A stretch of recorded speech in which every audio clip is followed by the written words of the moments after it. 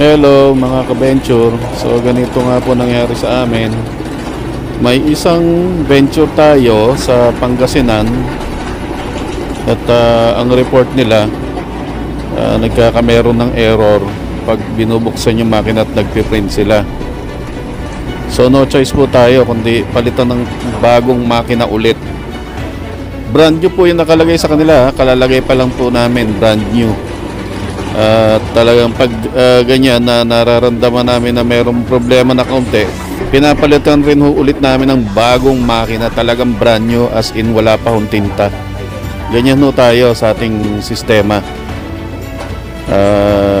Basta sinabi namin na alagaan namin yung ka-venture, yan pong aming tutuparin. Ang duda ho namin kasi dito yung parang kuryente. Yung kuryente nila sa lugar nila dahil nasa norte sila medyo mihina, nagpa-fluctuate. At napakahirap i-stabilize yung kuryente kahit nilagyan na namin ng ABR. So no choice kundi papalitan talaga namin ng bagong makina tong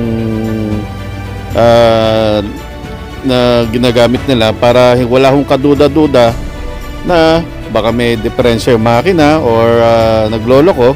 So ito ho, yan. Nilagyan ho namin ng bago ulit. Wala pa hong printer head yan, wala pang tinta. Nakabalot pa ho ng plastic talaga yan. Dyan ho nila inassemble sa labas. So para hindi rin maabala parehas na side sa amin saka sa ka-venture, brand new na machine na lang. So pag ito nagka-problema ay malinaw talaga sa kuryente.